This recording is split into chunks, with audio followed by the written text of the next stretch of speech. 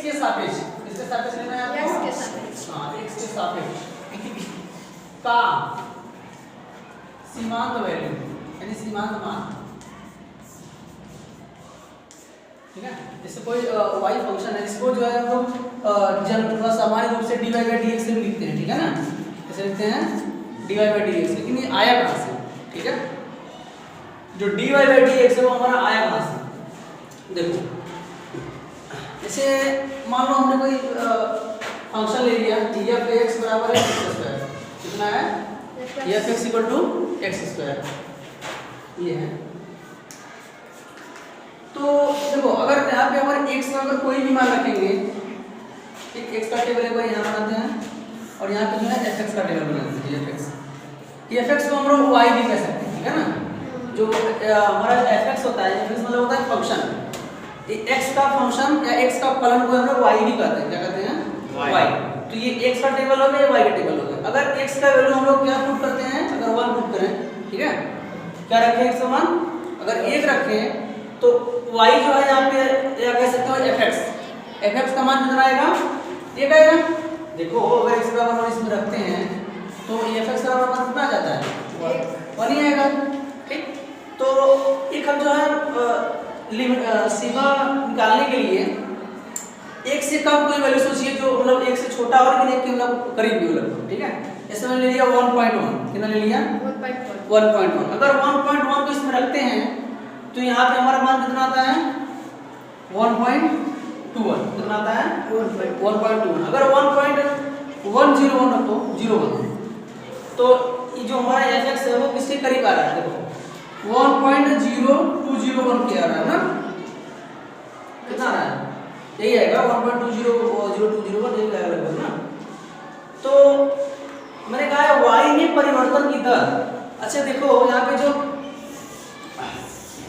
हमारा x है उसमें कितना परिवर्तन आया है, देखो परिवर्तन को हम लोग ऐसे दिखाते हैं, डेल्टा x दिखाते हैं, कैसे दिखाते हैं डेल्टा x, ठीक है। तो y में कितना परिवर्तन हुआ है, देखो जिससे मान लो कोई फंक्शन है यहाँ पे डेल्टा y, ठीक है, y है, अगर मैंने कहा होगा इसमें कितना परिवर्तन होगा, डेल्टा का मतलब होता है परिवर्तन, ठीक है। तो यानी कि इसका परिवर्तन को कहते हैं y2 - y1, क्या कहते हैं हम लोग y2 - y1, ठीक है।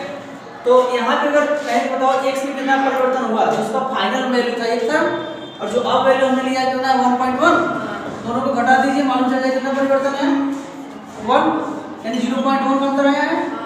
देखो अब ये वाला निकालो, ये डेल्टा x, इसमें कितना है, देखो पहले इसका निकाल लो, परिवर्तन कितना आया है, अब इसका और इसका परिवर्तन निकालते हैं, हम देखते हैं कितना चेंज आया है 1.01 - 1 0.01 ना।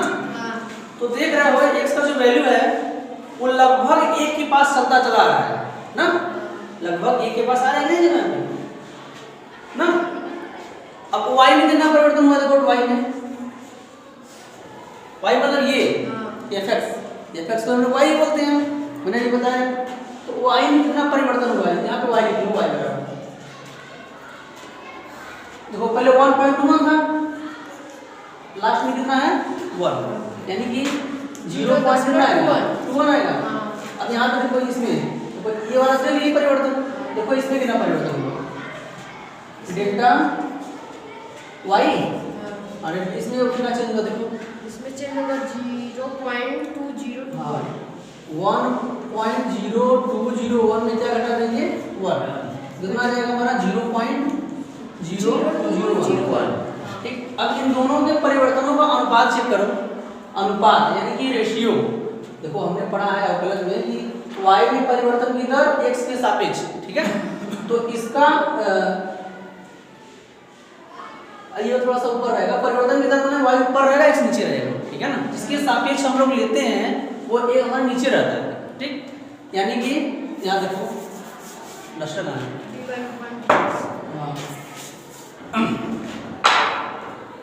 तो देखो डेल्टा y अपन डेल्टा x हम निकालते हैं, ठीक है। देखो अगर ये आपको नहीं समझ में आ रहा है तो भी कोई बात नहीं, क्योंकि जब मैं क्वेश्चन बताऊंगा ना तो ये सब उसमें नहीं मिलेगा। अभी मैं फार्मूला धीरे धीरे मैं फार्मूला के पास पहुंच रहा हूँ, ठीक है। फार्मूला जो हमारा मेन है वो क्या है, तो डेल्टा y पे डेल्टा x भी मैं कांस्टेंट क्लियर कर रहा था। तो डेल्टा y पे डेल्टा x समान कितना है 0.21/√x 0.1, तो इसको जब भाग देंगे कितना आएगा? लगभग 2.1 के आसपास आएगा। इसमें देखो इसमें कितना परिवर्तन हुआ, इसमें delta Y upon delta X, delta Y का मान यहाँ पे कितना है 0.201, यही तो है। और यहाँ पे डेल्टा एक्स का मान कितना है 0.01, ठीक। डिवाइड करेंगे तो आएगा लगभग 2.010 आएगा। तो यहाँ पे हम लोग देख सकते हैं कि जो डेल्टा एक्स का जो वैल्यू है, यानी डेल्टा एक्स में जो परिवर्तन हो रहा है वो लगभग 0 के करीब जा रहा है। वो सच गलती है, ऊपर वाला, ये वाला नहीं नीचे वाला, ये वाला ऊपर से 20-10 लिखे हैं ना, वहाँ पर 0 अच्छा 0 लास्ट में सर लिखे। अच्छा यहाँ पे 0 था ना, अच्छा 0 2 ये था ना, हाँ। अब तो सही डिवाइड आएगा। करेंगे तो लगभग यही आएगा 2.010, ठीक है। तो देख रहे हैं हम लोग जैसे जैसे डेल्टा एक्स की जो वैल्यू है जो 0 के करीब जा रही है, तो जो हमारा ये मान है डेल्टा वाई है, इसका मान लगभग कितना आ रहा है, माने delta Y by delta X की जो वैल्यू है, देखो पहले 2.1 थी, फिर 2.01 हो गई। तो कहने का मतलब है delta Y by delta X की जो वैल्यू है वो लगभग हमारा 2 के आसपास जा रही है। कितना जा रही है? 2 के आसपास, ठीक है। तो कहने का मतलब है अगर देखो x में परिवर्तन होगा, x मतलब ये, अगर x में कोई वैल्यू आप रख रहे हैं चेंज हो रहा है तो y में भी चेंज होगा, ठीक है। इसी का जो लिमिटिंग वैल्यू है, इसी का जो ये जो 2 है ना, इसी को हम लोग कहते हैं सीमांत मान, इसको कहते हैं y में परिवर्तन की दर, यही है y में परिवर्तन की दर, ठीक है।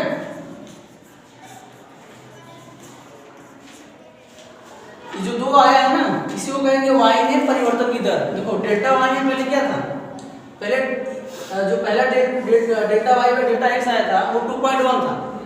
अब जो delta y by delta x आया है वो लगभग 2 के करीब है कि नहीं? अच्छा 2 के करीब कौन है बताओ? ये वाला 2 के करीब है कि ये वाला 2 के करीब है? ये वाला ज्यादा क्लोज है, ठीक है। ये तो थोड़ा सा ज्यादा होगा 2.1 है ना। तो कहने का मतलब अगर x का हम कोई वैल्यू रखेंगे तो y में भी परिवर्तन होगा, और इसी परिवर्तन की दर के सीमांत वैल्यू यानी इसी का लिमिट ले लो, क्या ले लो? लिमिट ले लो, तो हमारा जो है वो अवकलज हो जाएगा। क्या हो जाएगा? अवकलज, ठीक है। थोड़ा सा और आगे बढ़ते हैं। देखो अवकलज को जो है हम लोग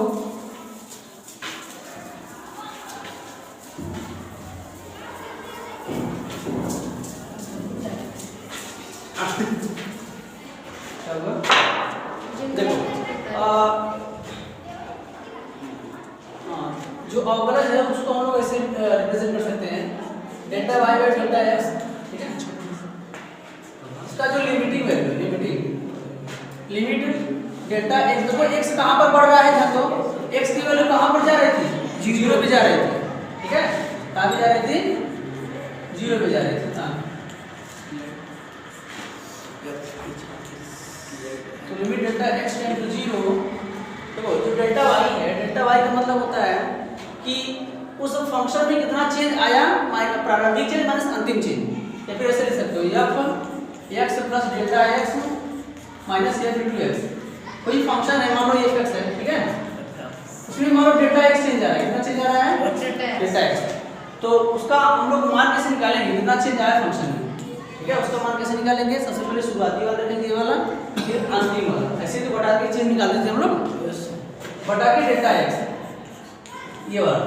इसका मान कितना हो जाता है? f x plus delta x minus fx और ये लिमिट डेल्टा x, ठीक है। एनसीईआरटी का आपके बुक में जहां डेल्टा x दिया है ना वहां पे आपको यस कर दिया है, क्या कर दिया है? यस कर दिया, बस यही थोड़ा सा चेंज किया है इसमें, ठीक है। कहने का मतलब आपका जो delta y by delta x को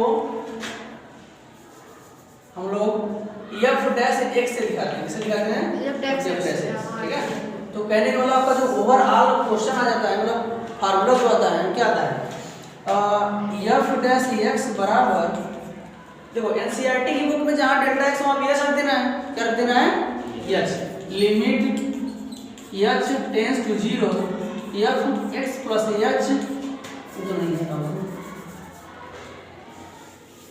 x plus h minus f into x, यही वाला है बटे h ना।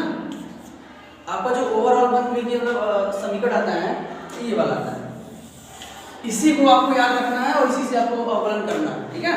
बहुत तो यहाँ पे जो f डैश x है इसको हम लोग कई तरह नाम से भी जानते हैं, या तो इसको आप चाहे ऐसे लिख सकते हो y1 लिख लो, ठीक है, चाहे f डैश x को बता रहा क्या लिख सकते हो, f डैश x पे dy by dx भी लिख सकते हो, क्या लिख सकते हो dy by dx, या फिर y1 ही लिख सकते हो, क्या लिख सकते हो y1, ठीक है, चाहे f डैश x लिखो, अगर कोई फंक्शन fx है उसका अगर हम अवकलन करेंगे तो उसे या तो f डैश x लिख सकते हो, या फिर dy by dx लिख सकते हो, या फिर y1 भी लिख सकते हो, ठीक, या फिर y डैश भी लिखा जाता है कभी, तो इस चीज को लिख लो, नोट कर लो, ठीक है, क्योंकि ये आपका जो है मेन फार्मूला है, इसी को कहते हैं, ठीक है, इसी को कहते हैं प्रथम सिद्धांत से अवकलन, क्या कहते हैं, हाँ प्रथम सिद्धांत से अवकलन भी कहते हैं हम लोग, ठीक है, अवकलन, इसको नोट कर लीजिए आप लोग, इसमें क्वेश्चन रखो, हाँ इसकी जगह पर ये से भी लिख सकते हैं, हाँ ठीक है, इस पर क्वेश्चन लिखवाते हैं हमें तक, ठीक है, आपके प्रश्न में आएगा परीक्षा में, कभी कहेगा साइन x का प्रथम सिद्धांत से अवकलन कीजिए, ठीक, प्रथम सिद्धांत माने ये वाला फॉर्मूला लगाना है आपको, ठीक है, नहीं आएगा तो प्रैक्टिस हो जाओगे, नंबर कट जाएगा 4-5 नंबर, छोड़े मजाक में, ठीक है, इसको लिख लो, लिखे हो नहीं, तो देखो आपको कभी कभी क्वेश्चन देगा, ठीक है, बहुत ज़्यादा परीक्षा में सब आता है, इसे आपको क्वेश्चन दे दिया, ठीक है, कहेगा प्रथम सिद्धांत से, ठीक है, कहेगा प्रथम सिद्धांत से साइन x का अवकलन ज्ञात कीजिए, अवकलन ज्ञात कीजिए, ठीक है, साइन x हो गया या फिर cos x हो गया या फिर tan x हो गया, ठीक, इस तरह से परीक्षा में आता है बहुत तेज, तो क्या करेंगे हम लोग, ठीक है, इसके सॉल्यूशन सबसे पहले लिख लो, माना f(x) बराबर sin x, f(x) बराबर sin x, ठीक है, जो हमारा फंक्शन है, जो फलन है वो क्या है, sin x है, बोल भी दो sin x,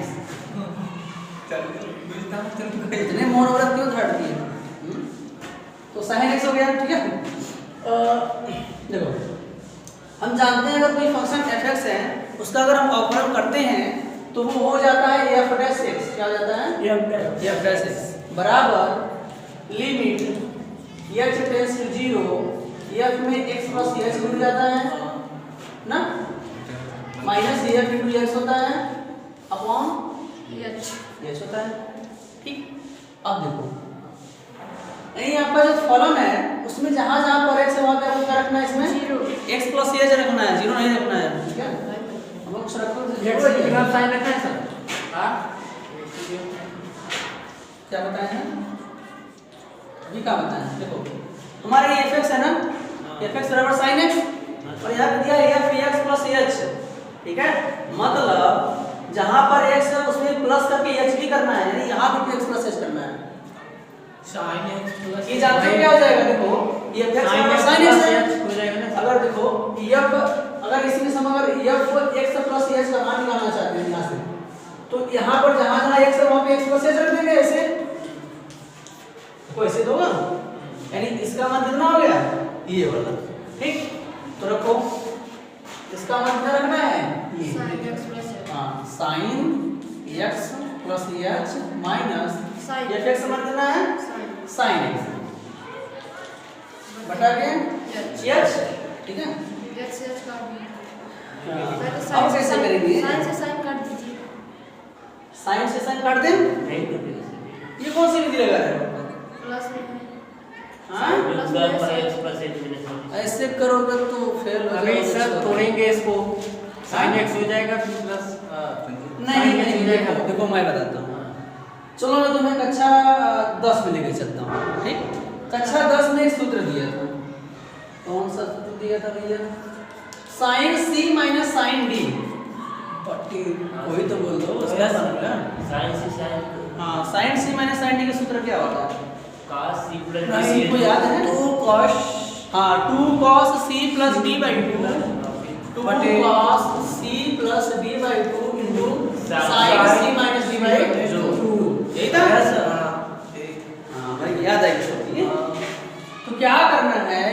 वाला सूत्र जो है ना इसमें लगाना है। इसको मान लो पूरा पूरा C है, इसको मान लो पूरा पूरा D है, ठीक।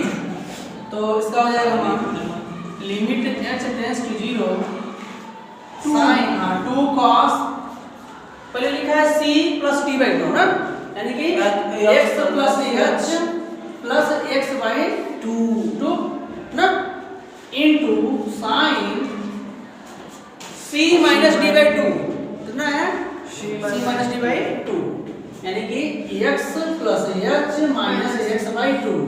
कोई दिक्कत पूरे बटे के h सबके बटे में h, सबका ठीक है। सबका हमारी h नहीं, सबका हमारी h होता है।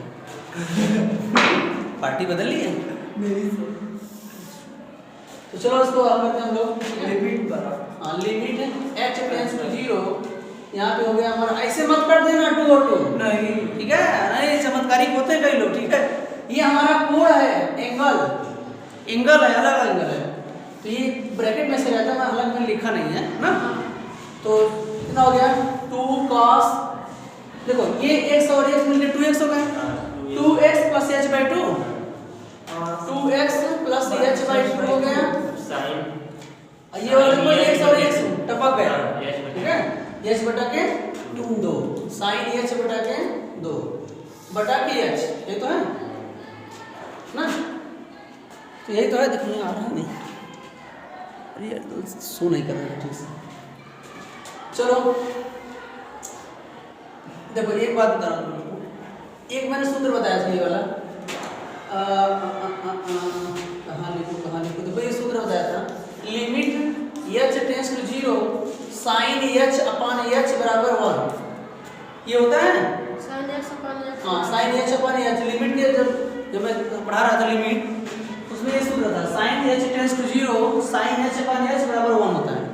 ये जहाँ भी दिखे समझ लो उसका मान 1 होता है, कितना होता है 1 होता है। तो इस चीज में जानते हो आपको ऐसे बनाना है, यहाँ जो चिट्ठी करी है वाली इसको ऐसे बनाना है। कैसे बनाओगे, देखो कैसे बनाओगे, एक बार limit h tends to 0 sin h by 2 और h ले लो, एक बार लिमिट ये ले लो साथ में, ऐसे लिमिट का एक प्रॉपर्टी के साथ बताना भूल गया था। मान लो लिमिट है, ठीक है, दो फंक्शन है, ये f(x) एक फंक्शन है और एक g(x) फंक्शन है, ठीक, ऐसे लिखा हुआ है। तो इन चीज दोनों को आप अलग अलग लिख सकते हो ऐसे, मतलब ये h टेंड्स टू 0 है, तो लिमिट h टेंड्स टू 0, पहले f(x) ले लो, पहला फंक्शन का हमारा पहला फलन है, फिर लिमिट h टेंड्स टू 0 जो हमारा दूसरा फंक्शन है g(x) वाला, ऐसे आप अलग अलग लिख सकते हो, ठीक है। लिमिट को दोनों फलनों के ऊपर अलग अलग अप्लाई कर सकते हो ना। तो ऐसे ही आपको करना है, एक बार लिमिट लेके ये साथ ले लो ये वाला, और एक बार ये साथ ले लो ना, तो गुणा करके यहाँ लिखो, थोड़ा सा जगह हो तो बताएं, ठीक है। देखो परीक्षा में आता है होते, तो इसके बाद हम लोग हल करते हैं, ठीक है ना। देखो मैंने क्या किया है, अगर दो फंक्शन है गुणा में तो उनको मैं लिमिट से अलग कर सकता हूँ, ठीक है ना, वही प्रॉपर्टी में इस पर लगाने वाला हूँ। इस चीज को देखो मैं ऐसे लिख सकता हूँ, ध्यान से देखो,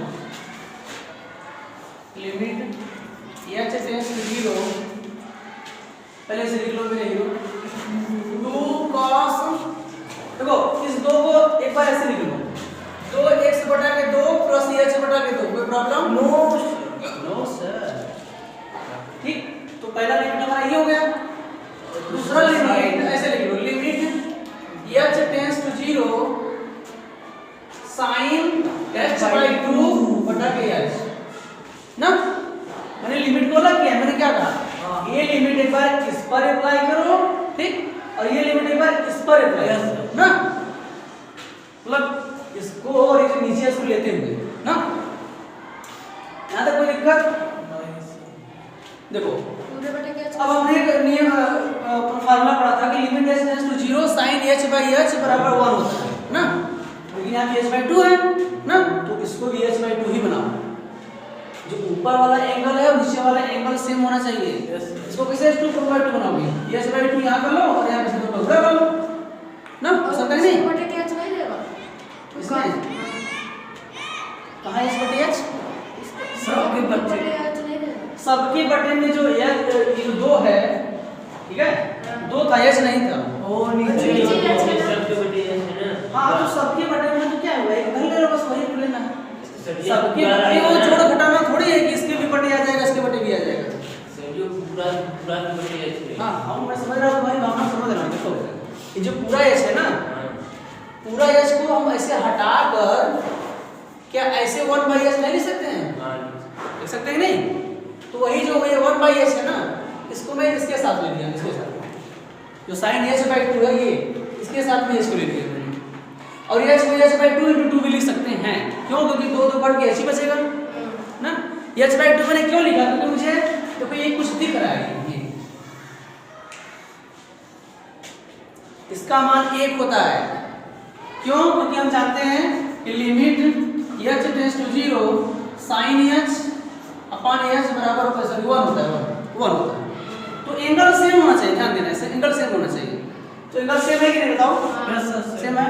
तो इसका मान 1 हो गया, इसका मान जो रखते हैं अभी हम लोग लिमिट h टेंड्स टू 0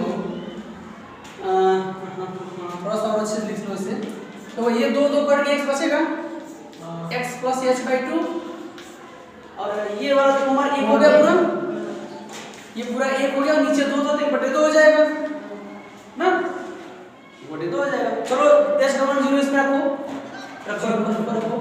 तो h का मान 0 रखोगे तो 2 cos ये x बचेगा, और यहाँ पे 0 होगा कि नहीं? 0 गुणे 1/2 क्या होगा पूरा 2 cos, यहाँ बचेगा x, यहाँ बचेगा 1/2, 1/2 से 1/2 खत्म। क्या आएगा हमारा? cos x। क्या आएगा? cos x। ठीक है, ये पूरा लफड़ा है। ठीक है सर जी, हाँ ये 0 कहाँ से आ गया? वो 0 मान है, लिमिट हटाए हैं ना यार, h का मान 0 रखे हैं, यानी इसका मान 0/2 लिख सकते हैं। 0/2 मान कितना होता है? 0 ही होगा, cos x बचेगा बस। ठीक है, तो ये होता है। ठीक है, अगर ये देख लो, इसलिए क्या, अगर f x बराबर sin x है तो f डैश x का मान कितना आएगा? cos x। ठीक है, कितना आएगा? cos x। सही हमारा पढ़ना से ध्यान से होगा। सीधा फार्मूला भी होता है। हाँ डायरेक्ट फार्मूला भी होता है, डायरेक्ट मैं फार्मूला बता रहा हूँ अभी। ठीक है, पहले ये तो लिख लो, ये नहीं समझ आ रहा है? अभी मैं बता रहा हूँ, उसका सब प्रस्तुत होता है। ठीक है, चलो लिख लो ये वाला, पहले ये तो पढ़ लो। देखो तो आपको सिंपल से याद रखना है, अगर पहला अगर हमारा जो फंक्शन है y बराबर sin x दिया है, क्या दिया है? sin x। अगर हम इसका अवकलन करते हैं, अगर इसका डिफरेंशिएट करते हैं हम लोग, यानी कि dy/dx करेंगे तो कितना आएगा? cos x। कितना आएगा? cos x। ठीक है, इसी तरह से दूसरा, अगर जो हमारा फंक्शन दिया है मान लो cos x दिया है, cos x, तो इसका जब अवकलन करेंगे यानी dy/dx करेंगे तो कितना मिलेगा? Minus sin x। ठीक है, कितना मिलेगा? Minus sin x। ये सब आपको याद रखना है, dy/dx cos x। ठीक है, फिर यहाँ पे dy/dx कितना हो जाएगा? sin x ना।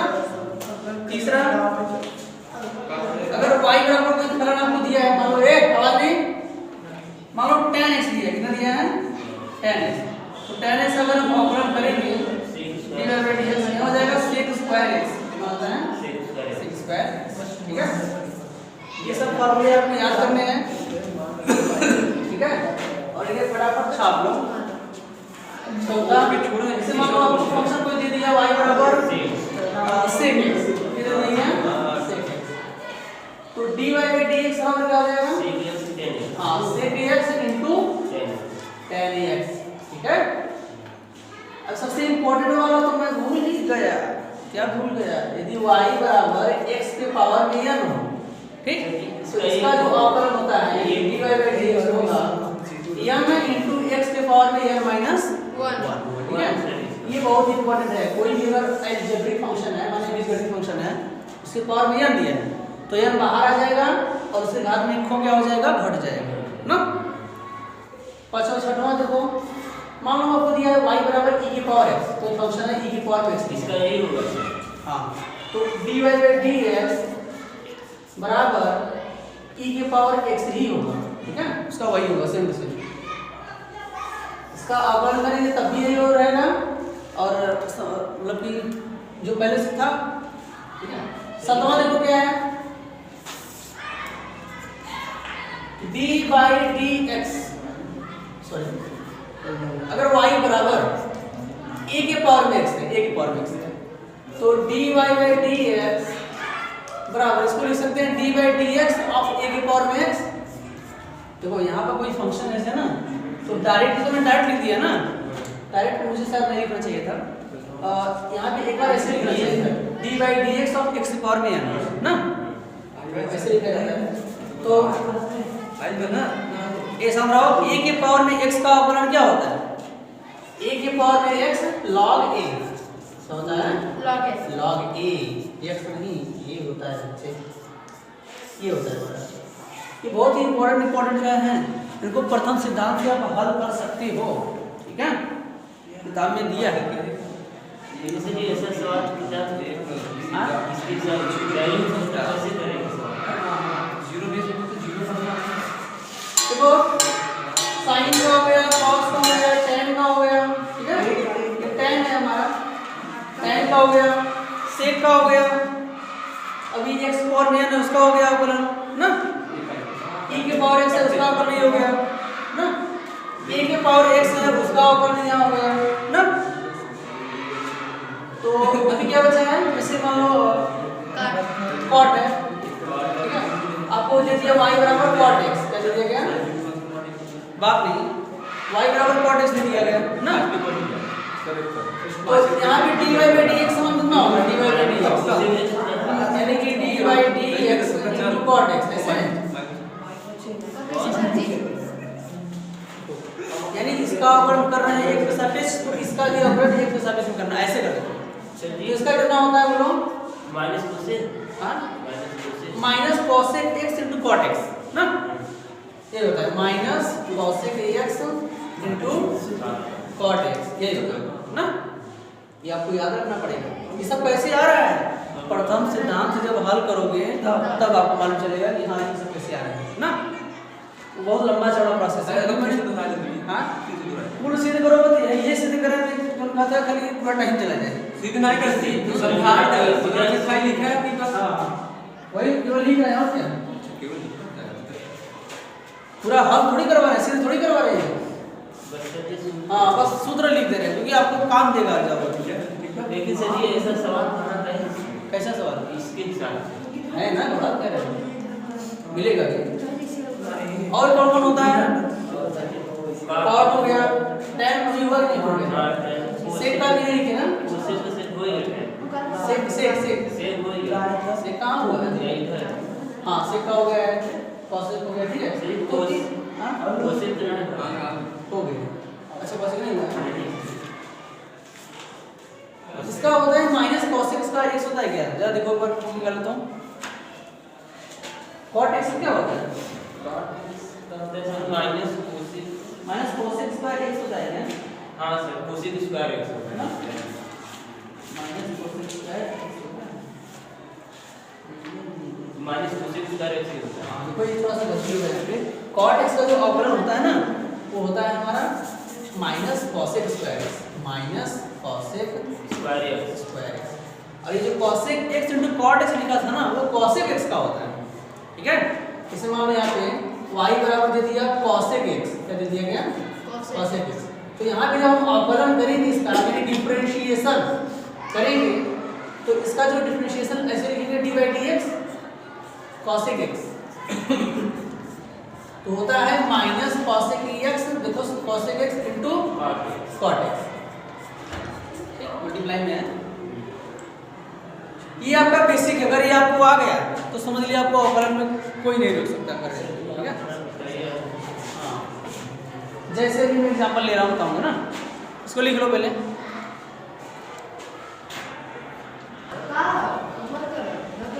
लो देखो 9 हो गया, 9 to 10वां चलो लिखते हैं। मान लीजिए हमारा कोई फंक्शन कांस्टेंट है, y बराबर दे दिया c मतलब कोई कांस्टेंट वैल्यू, जैसे 5 6 10 11 -10 -20, ठीक।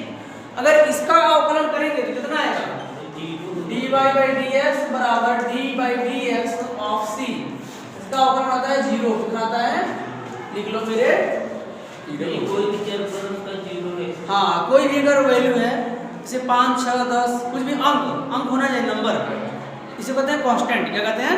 कांस्टेंट। उसका अवकलन करेंगे तो कितना आएगा? 0। ठीक है, कोई भी चर है उसका मतलब चर अचर कहते हैं, चर नहीं चर। मतलब ये नहीं समझिए सी है तो उसका 0 में हाँ सी रहेगा तो 0 हो जाएगा, ए रहेगा तो 0 हो जाएगा, टी रहेगा तो 0 हो जाएगा, सब कांस्टेंट है। एक्स और वाई को छोड़ के सब कांस्टेंट होते हैं, मतलब एक्स वाई जेड ये सब 0 हो गई। हाँ अगर y बराबर log x दिया है, क्या दिया है? log x। log x। इसका अवकलन क्या होगा? dy by dx बराबर dy by dx of log x, यानी कि dy by dx 1 कितना हो जाएगा? dy by dx बराबर 1 by x। ठीक, ये वाला याद रखना बहुत इंपॉर्टेंट है।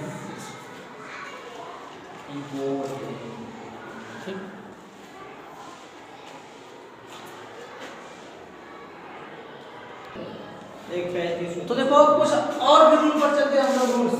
ठीक है, अवकलन का जो रूल होता है, ए क्या कर रहे हो तुम लोग? देखो ना बात रिपीटेड कुछ नहीं। पहला रूल क्या होता है? देखो यदि हम dy by dx ज्ञात कर रहे हैं किसी a into fx का, a into fx का मतलब क्या होता है? माने a माने कोई कांस्टेंट वैल्यू है और fx माने कोई चर है, जैसे x हो गया y हो गया ना। तो क्या करेंगे हम लोग, जो कांस्टेंट वैल्यू होता है उसको बाहर निकालेंगे, बाहर यानी ऐसे बाहर निकाल के तब हम इस फंक्शन का जो है fx ज्ञात करते हैं dy by dx ऐसे। ठीक, एग्जांपल के तौर पे समझ सकते हैं ऐसे। हमें मिल गया dy by dx ब्रैकेट में 4 into sin x, 4 into sin x। तो क्या करेंगे, 4 को हम लोग बाहर निकालेंगे ऐसे, 4 बाहर आ गया और dy by dx of sin x ऐसे। अब 4 किसी आए? हाँ sin x का अवकलन कितना होता है? cos x, यानी 4 into cos x आएगा, 4 into cos x। अब पूछो, ठीक है ऐसे आएगी साइन तो cos में चेंज हो जाएगा। हाँ sin cos में से तभी लिखो है तो मैंने sin x का dy by dx कितना होता है? cos x। दूसरा नियम क्या है? ये तो ये लिखवाया था मैंने, dy by dx of x की पावर n है तो n बाहर आ जाएगा और x की पावर n माइनस 1 आ जाएगा। एग्जांपल देखो, dy by dx मान लो x घात 3, इसका आप ज्ञात करना है dy by dx ना। तो कैसे करोगे? 3 बाहर आ जाएगा, x की पावर में 3 माइनस 1 यानी 3x स्क्वायर है, कितना आएगा? 3x square. ठीक, ये वाला क्या? ये कर जाएगा। हाँ ये घट जाएगा। देखो dy by dx u into v, ये u into v क्या होता है? का मतलब u से u माने कोई अलग फंक्शन है, v मतलब कोई अलग फंक्शन है ना। जब दो अलग अलग फलन का मल्टीप्लाई हो तो कैसे करते हैं? देखो एक बार u को छोड़ देते हैं ऐसे, फिर v को कर देते हैं ऐसे dv by dx। ठीक है, प्लस एक बार v को छोड़ देते हैं और u को कर लेते हैं du by dx ऐसे करते हैं। ठीक है, एग्जांपल जैसे एग्जांपल बता रहा हूं मैं, देखो इधर देखो एग्जांपल, जैसे मैंने कहा एग्जांपल देख लो, बड़ी हमारे dy by dx of sin x into cos x। ठीक है, चलिए यहाँ पे दो फंक्शन है कि नहीं बताओ? इसको मान लो u, इसको मान लो v।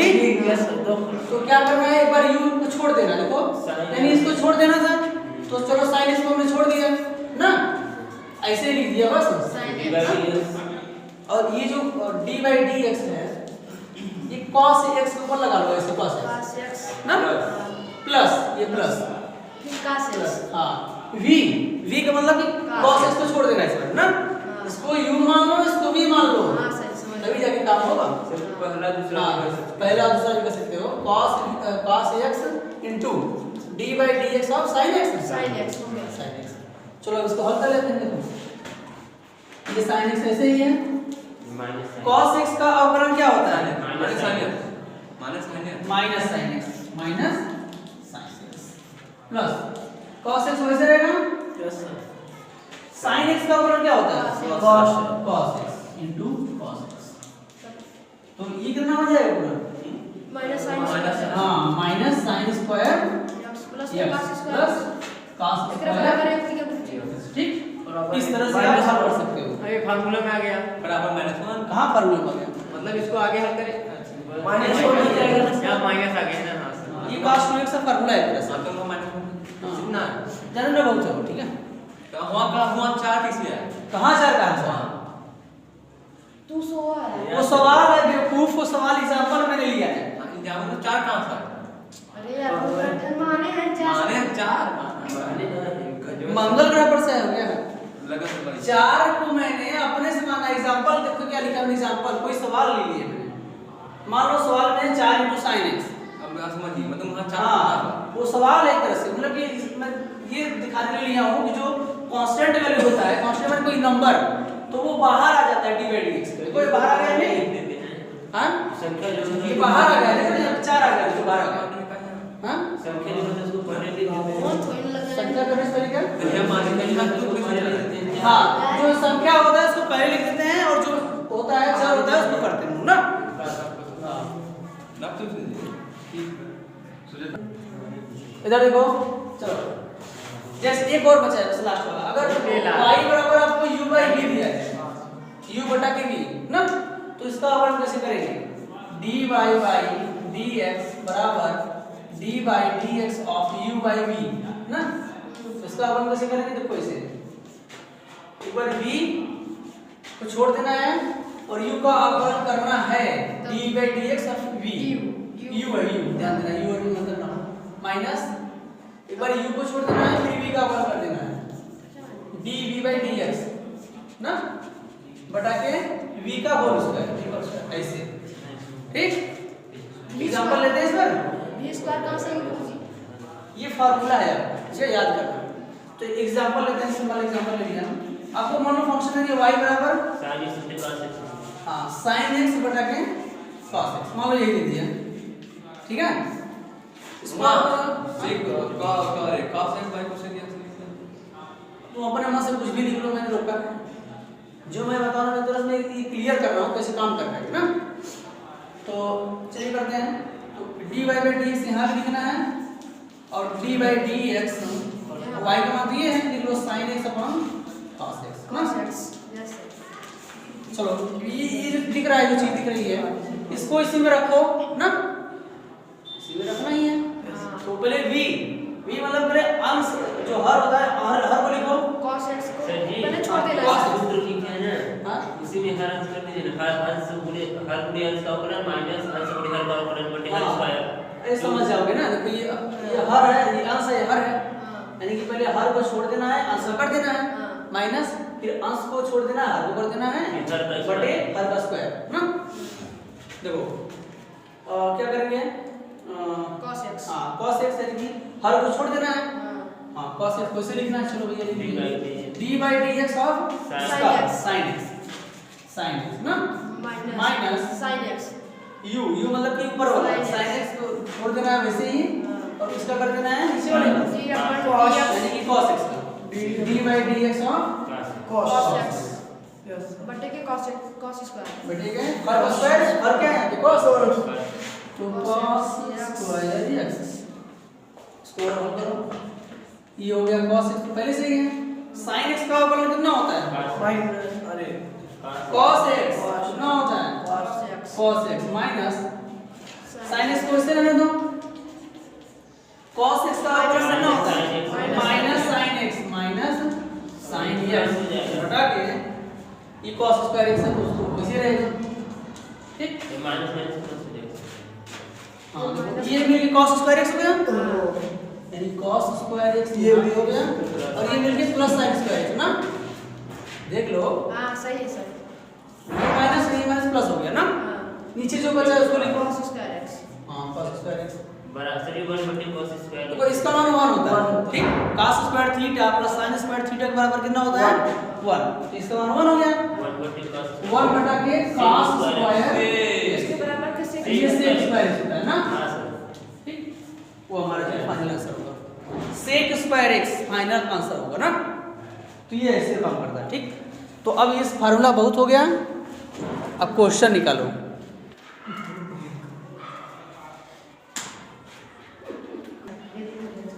चलो पहला ही बता देता हूँ। देखो आपको क्वेश्चन दिया है कि x के सापेक्ष अवकल गुणांक ज्ञात कीजिए, माने x के सापेक्ष अवकलन करना है ना। तो पहला जो क्वेश्चन आपके पास दिया है ये कि y बराबर दिया है sin x cos x, तो मैं ले लिया कैसे मिलता है था, इसका आपको अवकलन करना है ना। क्या करना है? अवकलन। तो कैसे करेंगे? dy by dx कर लेंगे यहाँ पर, और यहाँ भी d by dx करेंगे ना, sin x cos x। ठीक है, चलिए करते हैं। देखो इसका मतलब u into v, देख रहे हो, इसको u मान लो, पहला फंक्शन मान लो, इसको दूसरा फंक्शन मान लो। तो क्या करेंगे? पहला छोड़ के दूसरा करेंगे, प्लस दूसरा छोड़ के पहला का मान करेंगे ना। ऐसे देखो sin x को छोड़ देना है, और इस बार cos x का करना है, d by dx into cos x ना, प्लस cos x को छोड़ देना है और sin x का कर लेना है ना।